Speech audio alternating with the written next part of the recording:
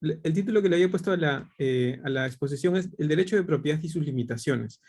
¿Por qué? Porque, digamos, el debate o la pequeña discusión a la que quiero hacer referencia desde el punto de vista jurídico, pero que tiene un montón de repercusión en el ámbito de lo que se hace en el urbanismo, de lo que se hace en la preservación de patrimonio y demás, es siempre un debate alrededor del derecho de propiedad. Es decir, hasta qué punto uno es propietario de su casa, ¿no? O de su terreno, ¿no? Y hasta qué punto le puede o no limitar el Estado, ¿no? La municipalidad, ese es su derecho, ¿no? Y en dónde exactamente está ese límite, ese es el gran, digamos, santo grial de los temas de urbanismo, ¿no? Y ese es en donde entran también en la práctica que seguramente ustedes tienen o van a tener un rol que juegan los abogados, ¿no? Al momento de determinar en dónde está ese límite.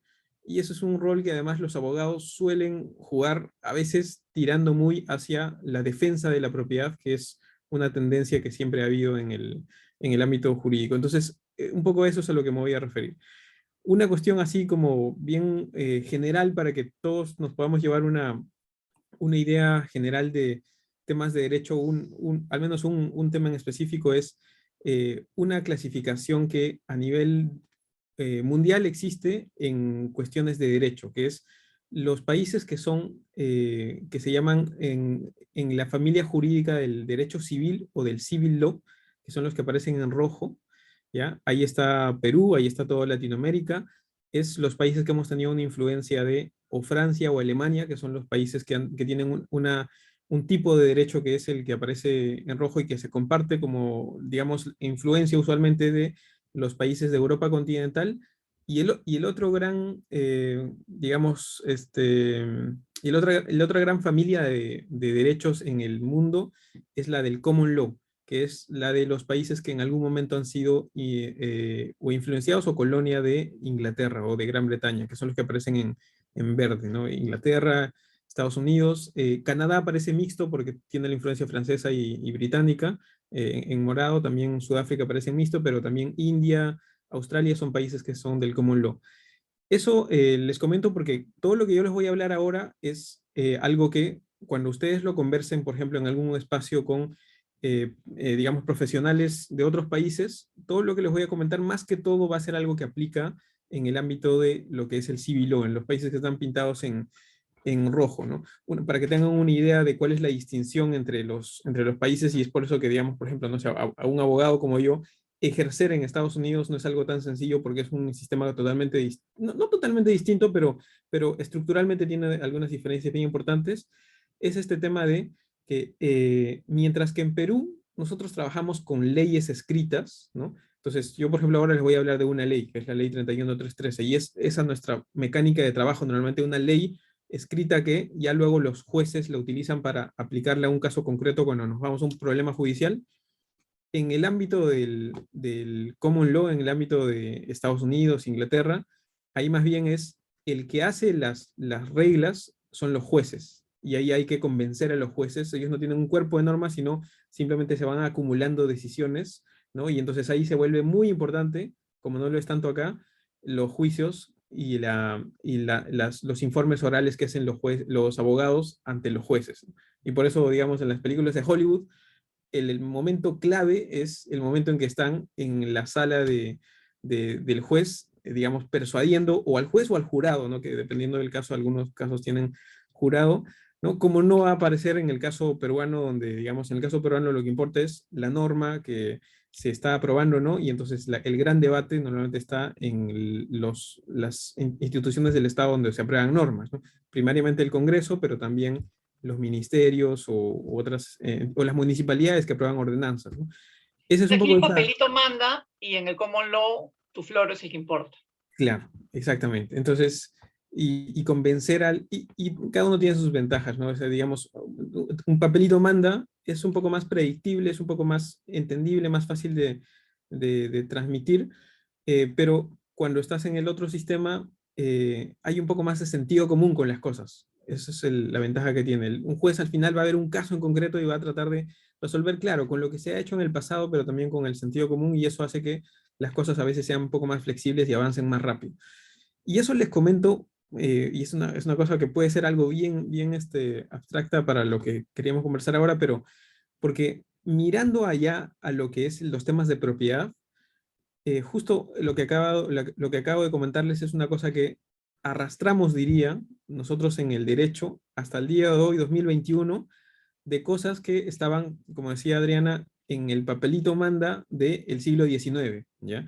Lo que aparece en la pantalla es el Código Civil francés, ya que fue aprobado en la época de Napoleón en 1804, y aunque ha pasado ya más de 200 años de que se aprobó ese código, ese cuerpo de normas que se hizo en un contexto bien específico post-revolución francesa, con una idea de cambiar el antiguo régimen y tener unos mecanismos más liberales de llevar la vida en la sociedad, que es el cuerpo de normas, digamos, que empezó a regir la vida en sociedad en la Francia del comienzos del siglo XIX, fue una cosa que, digamos, fue tan revolucionaria en su momento que se copió en muchos países en Europa continental y luego también en toda Latinoamérica, ¿ya? Entonces, básicamente en eso les puedo decir, toda Latinoamérica tiene un código civil, ¿no? Y un código civil que no solamente, digamos, eh, y un código civil que es muy parecido, muy, muy al estilo de este código que es el código paradigmático en el derecho, que es el código francés de 1804.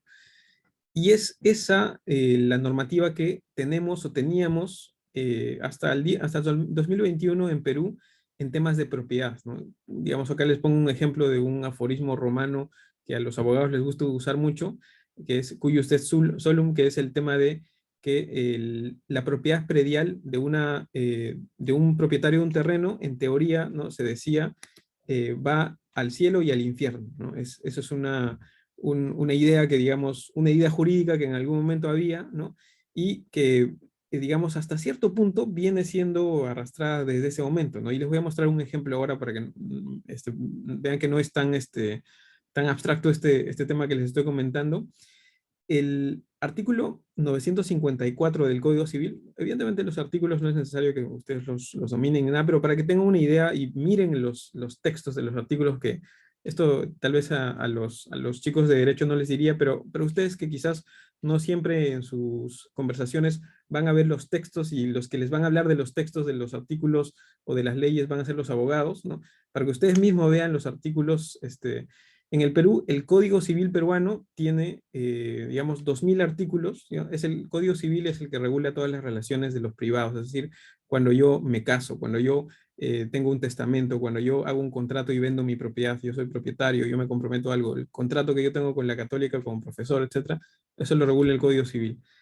Y en su artículo 954 dice, la propiedad del predio, es decir, de los inmuebles, se extiende al subsuelo y al sobresuelo, comprendidos dentro de los planos verticales del perímetro superficial y hasta donde sea útil al propietario el ejercicio de su derecho. Eso es lo O que sea, si yo encuentro petróleo bajo mi casa, ¿puedo excavar? la excepción que te pone en la parte del artículo que ya no le he copiado acá es los recursos naturales, ¿ya? Eso sí, digamos, lo que uno, digamos, en teoría sí se respeta es recursos de la nación, como por ejemplo petróleo, minería, agua también, ¿no? Eso sí tienen una excepción, porque digamos los recursos naturales, esos siempre son patrimonio del Estado, y aunque estén debajo de ti, sí, digamos, tendrías que pedir un permiso también. Entonces, al menos por ahí tal vez está equilibrado el derecho de propiedad, es cierto, ¿no? Pero para los temas de urbanismo, ¿no? El urbanismo o el espacio o la posibilidad de construir arriba, abajo, en los sótanos, eso como no es un recurso natural, o al menos, digamos, todavía no es entendido como un recurso natural, normalmente se entiende que se rige por esta parte del artículo que les he puesto en la pantalla, que es tú eres propietario hasta donde sea el útil al propietario el ejercicio de su derecho, ¿no? Y esa era, digamos, no, hablo en pasado porque en julio ahorita les voy a comentar que ha habido un cambio normativo bien fuerte, ¿ya? Pero esto que tienen en la pantalla es el origen de que los que vemos temas de urbanismo se nos haga tan difícil a veces lidiar con los propietarios que se oponen, ¿no? Los propietarios que se oponen a a un nuevo régimen de, por ejemplo, captura de plusvalías, por ejemplo, que es un tema que se está que se está discutiendo ahora, o algunas normas que la municipalidad hace con el objetivo de gestionar mejor el suelo, o la ciudad, o las construcciones, ¿no? O las restricciones que le pone a veces una municipalidad para fines urbanos o incluso para fines de patrimonio cultural también. Usualmente el argumento jurídico bien fuerte que han tenido tradicionalmente los propietarios, pero más que los propietarios, incluso las personas naturales, especialmente las personas jurídicas, a las empresas, ¿no? Es, bueno, yo tengo un derecho de propiedad, mi derecho de propiedad incluso viene desde la Constitución, y fíjate el artículo 954 me dice que yo soy propietario hasta donde sea útil al propietario el ejercicio de mi derecho. Y si yo digo que, bueno, es útil para mí hacer un rascacielos, bueno, eso es lo que dice la norma, digamos, ¿no? Eso es un poco la tónica del de el derecho, digamos, que había hasta ahora. Y es una cosa que viene históricamente desde el siglo XIX, ¿no? Lo estoy simplificando mucho porque, claro, evidentemente acá hay un artículo, hay varias normas que hay alrededor de esto, entonces habría varias otras cosas que mencionar, pero más o menos que la filosofía del derecho en el ámbito jurídico viene de esto, y por eso a veces que los abogados no son tan abiertos a las reformas en materia de política urbana o política de vivienda. Eso tiene como repercusión cosas como las que, por ejemplo, les pongo en la foto acá a la derecha. La foto de la derecha es el Sheraton del Cusco, o lo que trató de ser el Hotel Sheraton en el Cusco, ahí a unas pocas cuadras de la Plaza de Armas. Eh, Era un proyecto de hotel que, aprovechando la normativa urbanística mal redactada, los propietarios se mandaron con, donde uno puede solamente hacer 2 pisos, decir, se mandaron con casi 10 pisos de construcción, diciendo que a ellos les aplicaba el tamaño de 2 pisos, pero considerando la avenida que está arriba, ¿no? Que es la avenida Sapi, en lugar de la avenida, perdón, la avenida Don Bosco, en lugar de la avenida Sapi, que es la que está abajo, ¿no? Entonces, con ese loop jurídico, se estaban mandando 10 Qué pisos de construcción. graciosos. Entonces, y en el juicio, más allá de varias discusiones que había en ese juicio, que es todo un tema que hubo, uno de los argumentos de ellos es, se está vulnerando mi derecho de propiedad, ¿no? Y digamos, y eso es difícil de navegar porque el derecho de propiedad se protegía muy fuertemente, digamos, hasta hace pocos meses, ¿ya? Entonces, esa es la situación que teníamos, que tenemos en general. Todavía no es que eso se haya cambiado mucho, pero eso es una cosa que ha ido virando muy, muy, muy poco a poco, digamos, a lo largo del siglo XX, en las últimas décadas, ¿no? El Tribunal Constitucional ha hecho un poco para proteger eso. La Constitución del 93 de Fujimori, digamos, y nos hizo retroceder mucho en eso, ¿ya? Entonces, es una tendencia más grande que ahorita la estoy simplificando, pero menciono este ejemplo porque se usa esto en muchos casos que uno los ve en la vida cotidiana o en la práctica profesional. Entonces, eso hablo en pasado porque en julio de este año se ha hecho un cambio legislativo bien fuerte, que lo impulsó el Ministerio de Vivienda y que luego fue aprobado por el Congreso. A pesar de que en el Congreso había todos unos partidos, digamos, de distinta visión, al final el Congreso aprobó esto con una reforma legislativa, y también la PCM aprobó esto con una nueva política pública, y se aprobó esto que les voy a poner en la pantalla, que es esta reforma que se hizo en el gobierno de Sagasti, que es, se aprobó primero no primero, se aprobó el mismo día, bueno, les quisiera decir que fue algo planificado de parte estaba yo trabajando en el ministerio, les quisiera decir que fue algo planificado que saliera el mismo día, pero que saliera exactamente el mismo día, eso ya fue una coincidencia rara, pero el mismo día, el 14 de julio de este año, se aprobó en el Pleno del Congreso la Ley 31313, ¿no? Que es la Ley de Desarrollo Urbano Sostenible, una ley en temas de urbanismo que no teníamos, en temas de urbanismo y vivienda, que no teníamos en Perú en toda nuestra historia. Solamente había habido normas de nivel de decreto supremo, de reglamentos o de ordenanzas, pero digamos normas a nivel legal, que es el mayor rango de normas. No había habido hasta este momento, y ese es un proyecto de ley que se trabajó en el gobierno de Sagasti y que se aprobó en el Pleno del Congreso el 14 de julio de este año. Y ese mismo día, un miércoles, en el Consejo de Ministros, también se terminó de debatir y aprobar la Política Nacional de Vivienda y Urbanismo, que es el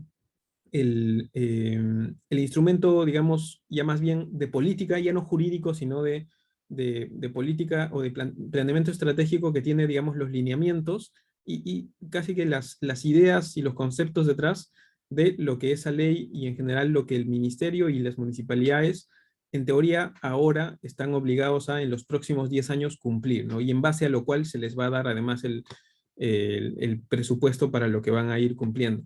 Eso también fue aprobado por un decreto supremo en ese mismo día, el 14 de julio de este año, y eso ha sido una reforma que bueno, ha cambiado varias cosas, pero entre otras le ha puesto un sacudón a esta idea que les estaba comentando, de la propiedad como una propiedad sagrada que no se puede tocar, y más bien ha virado un poco la lógica a que valores que le importan a la sociedad o a la colectividad en general puedan sí ser un balance al derecho de propiedad, ¿no? Si yo soy un propietario, pero hay una cuestión de preservación de áreas naturales, ¿no? O preservación de patrimonio cultural, o en general de espacios públicos o de valores urbanos, ¿no? Hay la posibilidad de balancear el derecho de propiedad ahora con algunos mecanismos que están en esa ley, que es una ley grande, larga, compleja, ¿no? Y lo que pensaba hacer ahora es darles algunos ejemplos de alguna que otra cosa ahí, como para que, digamos, tengan una idea del tipo de cosas que hay, aunque sería irreal, digamos, ahora tratar de cubrirlo todo.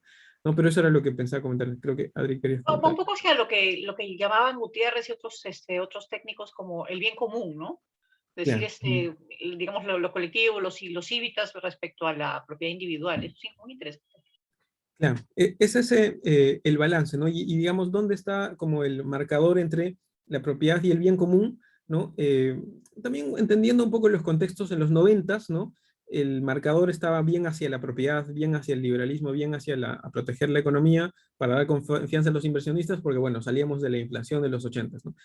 Pero eso desde los noventas hacia acá ya ha ido virando poco a poco, ¿no? Y yo diría que algo que le ha dado un fuerte, digamos, movimiento hacia el reconocer la necesidad de balancear el derecho de propiedad con valores un poco más colectivos, ha sido esta reforma de este año y que, digamos, tiene como mínimo 10 años de aplicación, ¿no? En el caso de la política y en el caso de la ley, bueno, las leyes suelen tener una aplicación incluso más larga. Entonces, eh, les muestro un poco, digamos, el tipo de cosas que han cambiado con esto, que es justo lo que les pensaba mostrar. Digamos, un tema como de principio, antes de pasar a ejemplos concretos, un tema como de principio es justo el que se comentaba, ¿no? Digamos, se decía, ¿no? En el que les mostré anteriormente.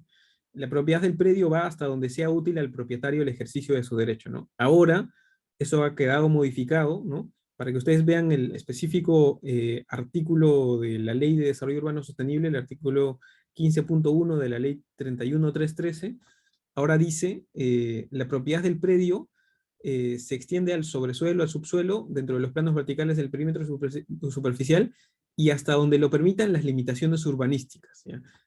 Cada norma, cada artículo de esa ley ya tiene toda una historia de discusiones que se han tenido con los gremios empresariales, con las municipalidades, con académicos, con abogados, y ya ahora les muestro, digamos, un poco de los resultados en realidad, ¿no? Pero dentro de eso, lo que al menos se plantea en esto es que ya no es una cuestión de que a mí se me ocurre construir lo que quiero construir y es difícil limitarme eso, ¿no? Y hay que hacer unas interpretaciones medio complicadas para limitar eso, sino ya lo dice el propio texto de las normas, que es el límite es lo que establezcan las limitaciones urbanísticas, ¿no? Que ya las establecen las municipalidades en base a las características locales, en base a los análisis de los planes urbanos, ¿no?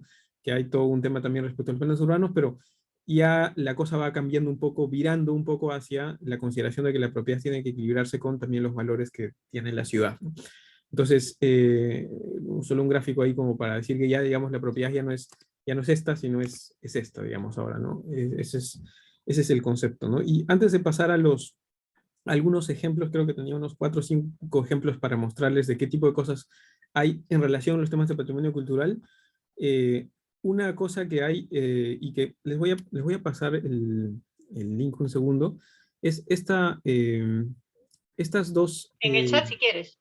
sí, les voy a copiar el link, siento que lo tengo acá, para que ustedes entren y ya, digamos, exploren y vean a detalle de esta normativa, porque la Política Nacional de Vivienda y Urbanismo, como se hacen para temas de... El que te revisa las políticas cuando estás en el ministerio es CEPLAN, que es la entidad más cerrada del mundo, ¿ya? Y que tiene un documento que para haber pasado el filtro de CEPLAN es un documento como de 400 páginas con un montón de números, cuadros y que no vale la pena leerlo todo, yo creo, porque hay algunas cosas que ya son tal vez demasiado, son innecesarias, pero lo que les estoy pasando en el link es un documento que es un poco más asequible, que es el resumen de la Política Nacional de Vivienda y Urbanismo, y un documento que tiene la ley 313, que es esta nueva ley que ha entrado en vigencia en julio, que es la Ley de Desarrollo Urbano Sostenible, y un documento de explicación de la ley, que es la exposición de motivos.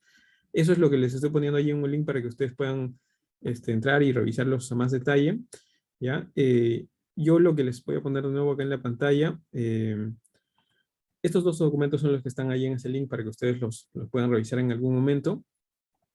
Acá en la pantalla yo, por ejemplo, el otro día con unos amigos estamos revisando para algunas presentaciones que se están haciendo del trabajo de esta ley y, digamos, haciendo un recuento de los cambios fuertes en varios temas que se están haciendo y hay un montón, ¿ya? Entonces, ahora voy a tocar alguno que otro, ¿no? Pero solamente en temas de definiciones, la introducción del derecho a la ciudad, en temas de gobernanza, por ejemplo, la reformulación del Sistema Nacional de Centros Poblados o la creación del Observatorio Urbano Nacional, temas de planificación urbana, la reformulación de los planes de desarrollo metropolitano para que Lima y Callao, por ejemplo, no estén en dos planes y no sean uno solo, cosas como, por ejemplo, la conexión de la planificación urbana con la inversión, con el sistema de inversión pública, el INVERTP.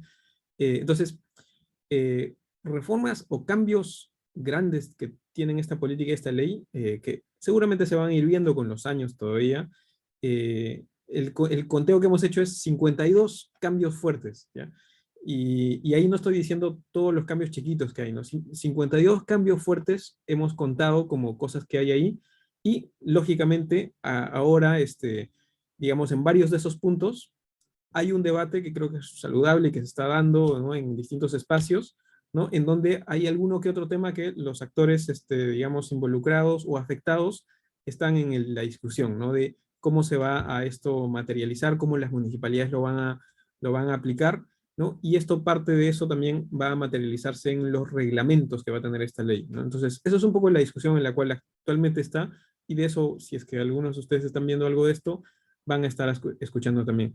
Lo que ahora yo les voy a mostrar es solamente alguno que otro, alguno que otro tema, como para darles un vistazo de algunas de las cosas que están ahí, y especialmente, como les decía, en relación a los temas de patrimonio cultural, que son con los que, digamos, con Adriana y con también el Grupo Patrimonio Arquitectónico, por ejemplo, en algunos momentos hemos estado trabajando cosas. Entonces, y para que vean algunas de las cosas que hay en relación a temas de patrimonio cultural, aunque no son todas las que quisiera o las que a mí me hubiera gustado meterme para que se incorporen en la ley, porque otra de las cosas que también, como experiencia, digamos, del sector público hay, es que para hacer reformas en planificación urbana, ahí es claramente el rector el Ministerio de Vivienda. Pero para hacer reformas, por ejemplo, en la ley de patrimonio cultural, ahí esa ya es una reforma intersectorial de vivienda con cultura, y bueno, ahí ponte de acuerdo con cultura en 8 meses de gobierno, que es el gobierno de transición.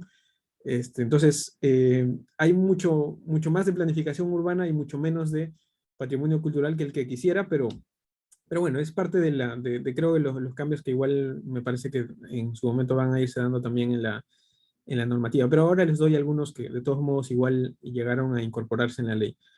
Uno es, digamos, a nivel de principios, a nivel de los principios de la ley, que suele ser la primera parte de las leyes, ¿no? En este caso es el artículo 4, principios y enfoques orientadores del acondicionamiento territorial, la planificación urbana y el desarrollo urbano sostenible, ¿no? Se dice, el acondicionamiento territorial, la planificación urbana y el desarrollo urbano sostenible se sustentan en los siguientes principios. Uno de ellos, la salvaguarda del patrimonio, ¿no? La promoción, revalorización y disfrute social del patrimonio cultural, natural y paisajístico en todos los ámbitos del territorio, ¿no? Es una declaración de principio, pero legalmente suele ser útil porque cuando hay una norma o una discusión o una ordenanza con la cual a veces nos encontramos y no queda claro a qué se refiere, o hay una cosa que está media discutible, suelen ser los principios a donde los abogados recurren para, digamos, decir o inclinar la cancha hacia un lugar o hacia otro al momento de decidir las cosas. Entonces, eso, digamos, es uno de los principios que tiene la ley al momento de la lectura ya de los detalles particulares de toda la normativa que tiene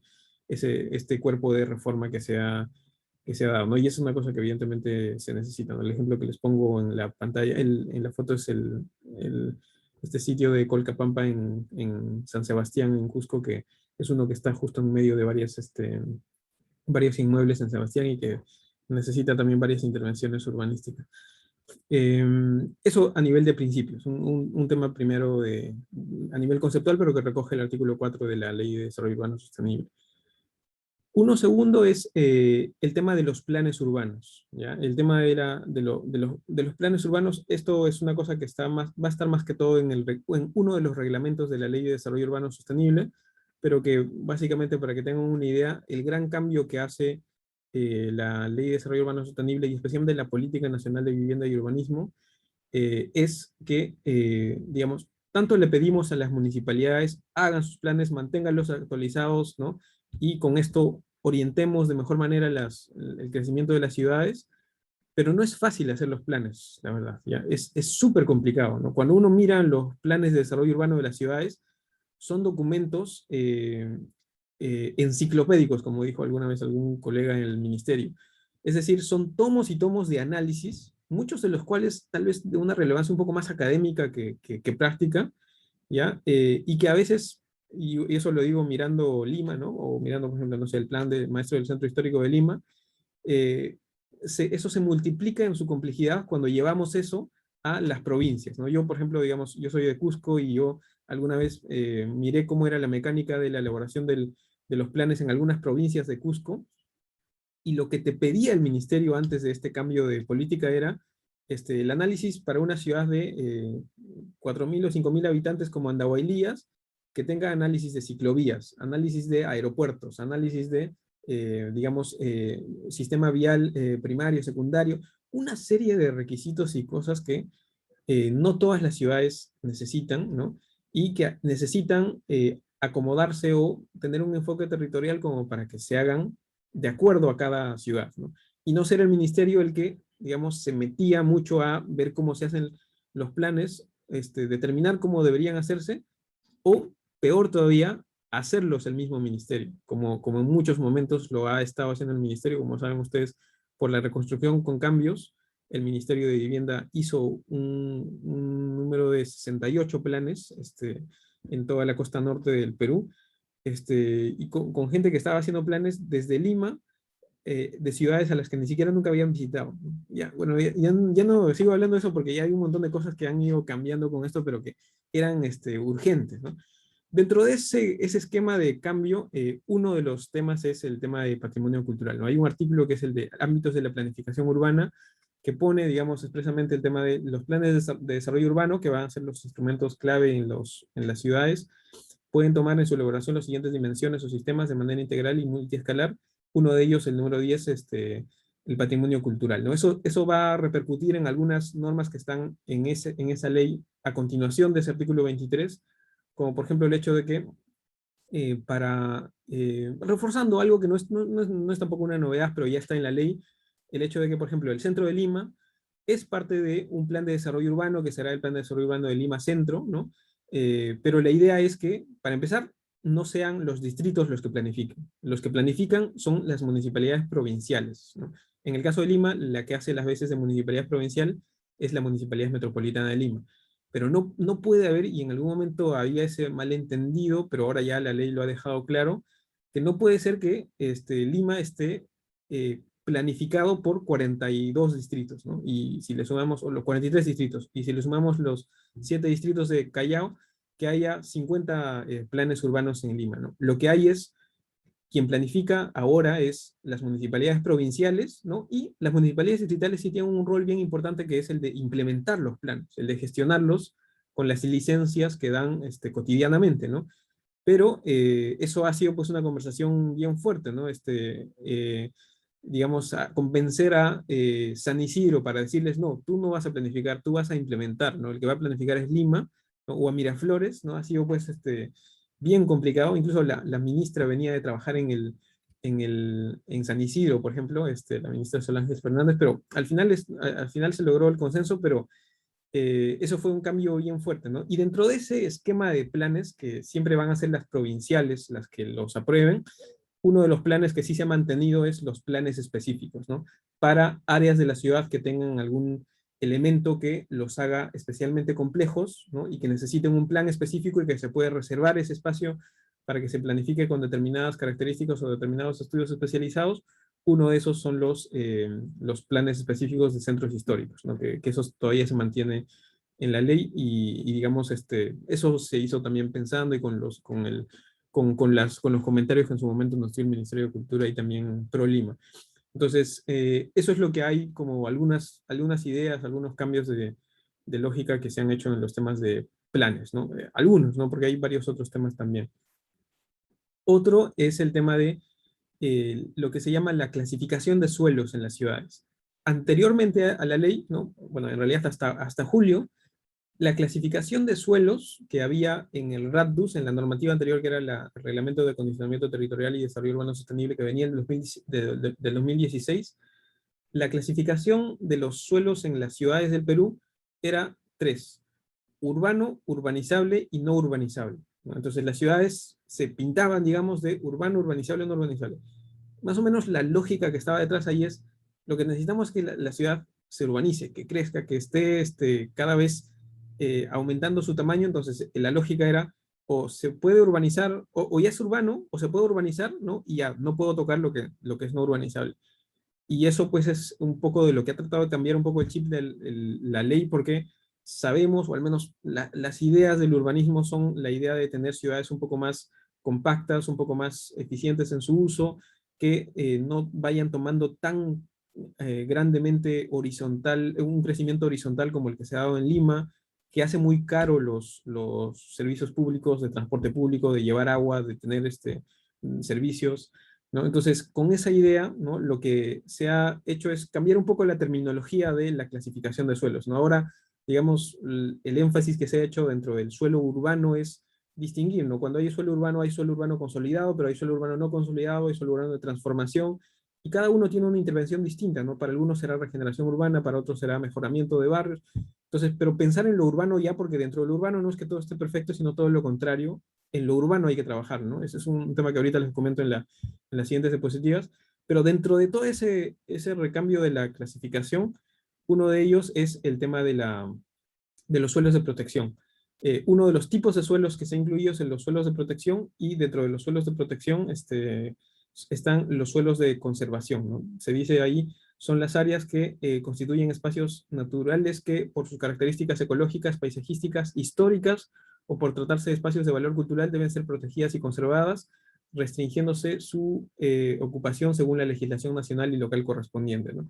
Eso, además, en el caso de los últimos meses, también algunas de las reacciones se hicieron pensando en casos como el de Lurín, por ejemplo, ¿no? Que en el caso de Lurín, en el caso del Valle de Lurín, debería ahora un nuevo plan considerarlo como suelo de protección, ¿no? ¿Por qué? Porque tiene justamente un valor ecológico, también un valor de patrimonio cultural de entorno, ¿no? Y esto que les estoy mostrando, que es la reclasificación, y un detalle adicional, que es el hecho de que no solamente es de protección, pero también tiene que considerarse el hecho de que tiene que jugar igual con su entorno, ¿no? Digamos, un suelo de protección, no sé, un parque nacional en la Amazonía es diferente a un suelo de protección que está dentro de la trama urbana de la ciudad, porque es diferente la forma en que la gente va a interactuar con un espacio que igual está cercano a la ciudad, ¿no? Entonces, hay algunos detalles ahí que está en la reclasificación de los suelos que se ha hecho, y ahorita les estoy mostrando la clasificación, ¿no? Pero si uno mira ya la ley y el detalle, eso está conectado con consecuencias de esa reclasificación, ¿no? Si digamos, hay un suelo de protección, dar licencias en suelo de protección tiene ciertas sanciones, tiene ciertas restricciones, ¿no? Que establece la ley, ¿no? Que es el complemento de esto que, digamos, ya ese detalle no estoy entrando, pero les muestro un poco del tipo de cosas que se han modificado en la ley. Y creo que un par más, o tres más que tengo acá anotados. Otro es que se han incorporado un conjunto de instrumentos de gestión del suelo, ¿no? Que es algo que también era una novedad que se está pidiendo desde hace tiempo. Uno de ellos es el de la carga de conservación, ¿no? Dice, acá estoy poniendo solamente el comienzo del artículo, hay más desarrollo de esto. Dice, autorízase a los gobiernos, autorízase es la forma que se escriben las leyes, no es la redacción mía, sino se tiene que escribir en presente indicativo las normas, por eso es que los abogados normalmente leen esto así en este sentido, pero por eso es que dice así. Pero bueno, dice, autorízase a los gobiernos locales a realizar obras de conservación con cargo al propietario, en los casos que el propietario de un predio ubicado en un área de regeneración, declarado inhabitable o declarado integrante del patrimonio cultural de la nación, no realice dichas obras de conservación. Lo que te permite este mecanismo es, si es que hay un inmueble que está inhabitable o que está por derrumbarse, ¿no? No estés atado de manos por el hecho, justo lo que hablábamos, ¿no? De propiedad, por el hecho de que eso es propiedad privada y no puedes hacer nada, ¿no? Lo que te permite el mecanismo es, sí, digamos, darle un aviso previo, hay todo un procedimiento, pero intervenir, ¿no? Intervenir y el costo de eso, ponérselo como carga en el inmueble, como un embargo, como lo que sería una hipoteca, como para luego cobrárselo al propietario, ¿no? No funcionaría en todos los casos, no necesariamente de todos los propietarios se sabe quién es y demás, pero a veces sí, ¿no? Entonces la idea es, y esto viene parte de conversaciones también con Prolima, al menos no dejar como con las manos cruzadas o con las manos atadas a, digamos, la gente desde el Estado que a veces quiere hacer intervenciones, pero no se tienen, ¿no? Entonces, esto de la carga de conservación, que acá les estoy poniendo el 51.1, pero que tiene varios otros incisos de cómo funciona el mecanismo, es también un instrumento de gestión que se ha incorporado. Este no es uno que nos hayamos inventado, por cierto, Súper tampoco. Es una... importante, esto es súper importante porque como ustedes seguramente ya saben, hemos conversado de esto, las entidades del Estado no pueden gastar dinero público en propiedades privadas, o sea, así la casa sea maravillosa, patrimonial y qué sé yo, si no es propiedad del Estado yo no puedo meterle plata, o más o menos, ¿no? Y Claro, esto había, por ejemplo, salvado cosas como el edificio del Buque en Barrios Altos, que al final se ha demolido, qué lástima.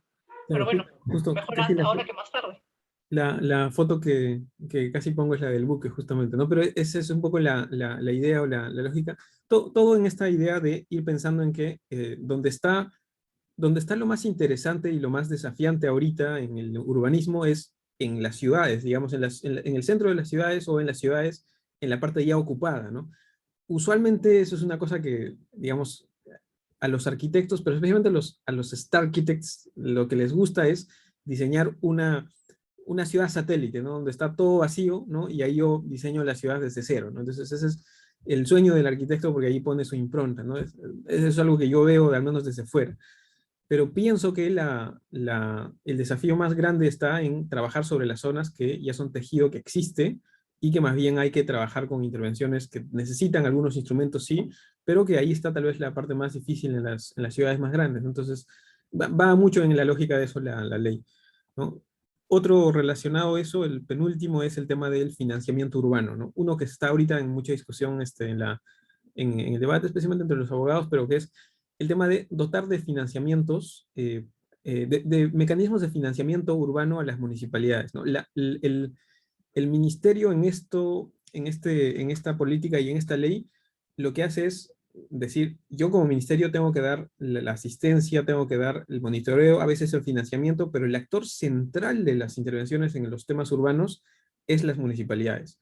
E incluso es las municipalidades provinciales, ¿no? Porque tal vez la escala adecuada son las provinciales que piensan la ciudad más que las distritales, que sería un pensar de manera demasiado fragmentada las ciudades.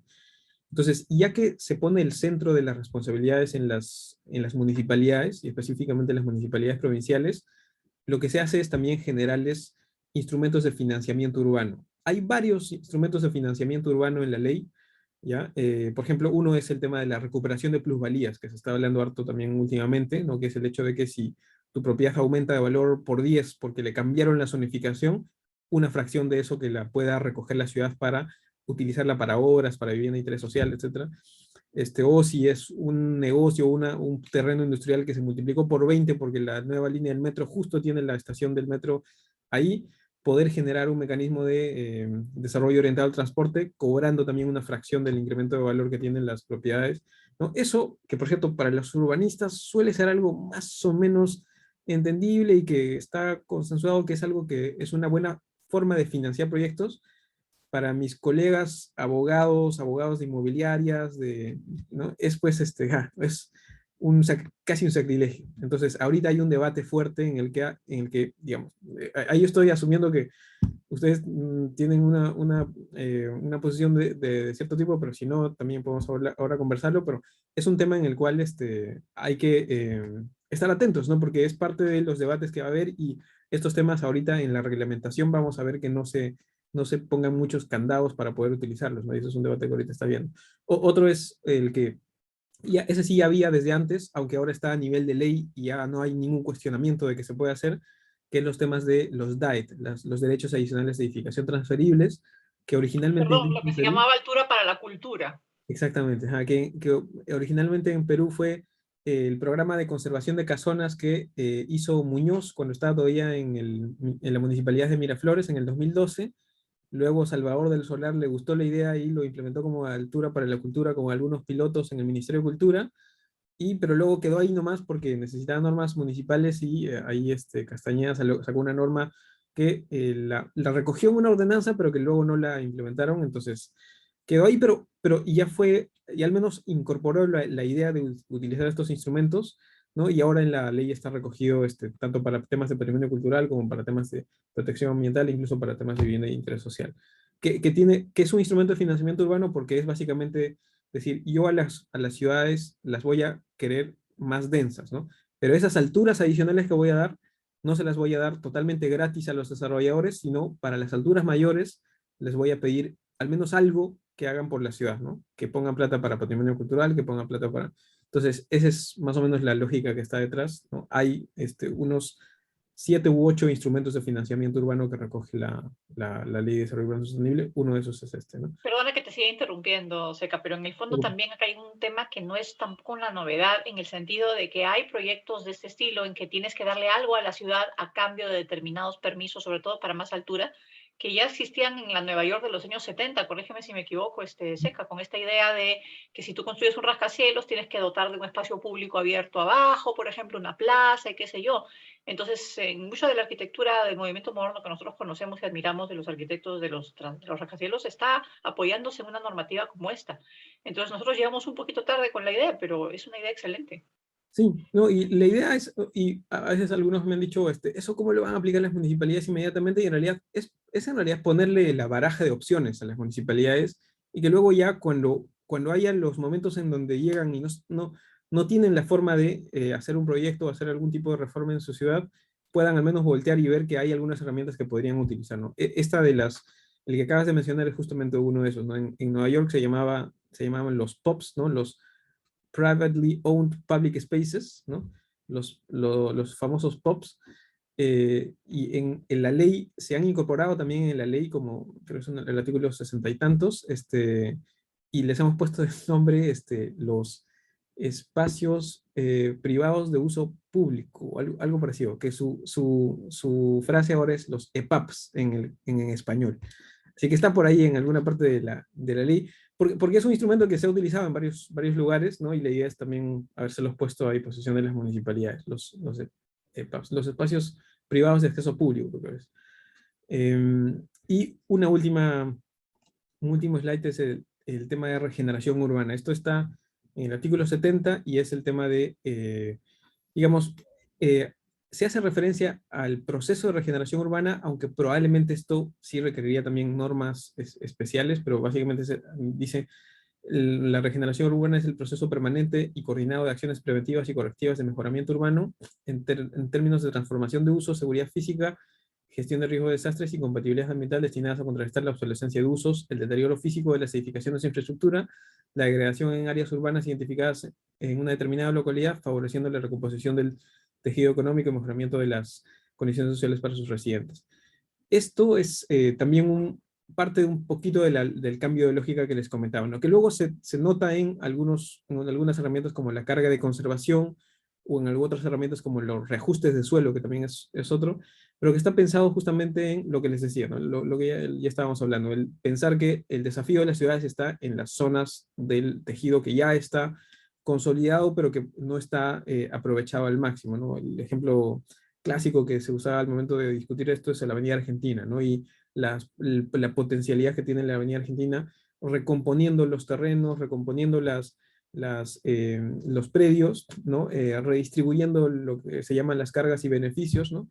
Eso, digamos, hay instrumentos para eso, el reajuste de suelo, la integración inmobiliaria, pero la lógica detrás es la idea de la regeneración urbana, ¿no? Y esto, en eso, digamos, yo les comento cosas que incluso mucho más expertos que yo me los decían, se hizo también un énfasis fuerte en el término regeneración urbana, a contramano de lo que había en la normativa anterior, que era renovación urbana, que tiene una carga media negativa, en el sentido de que renovación urbana da a entender que, exactamente, ajá, desaparezco lo que está ahí, lo hago de nuevo, y el proceso de urban renewal es el proceso más traumático que hay en el urbanismo norteamericano, por ejemplo, porque es el que hacía que se demuelan los barrios de los afroamericanos, por ejemplo, en los 60, 70 en Estados Unidos. Entonces, un poco con esa lógica, con la carga que tiene ese término, el cambio que se ha hecho es a hablar de regeneración urbana, aunque en esto hay algunos instrumentos, pero se necesitaría incluso más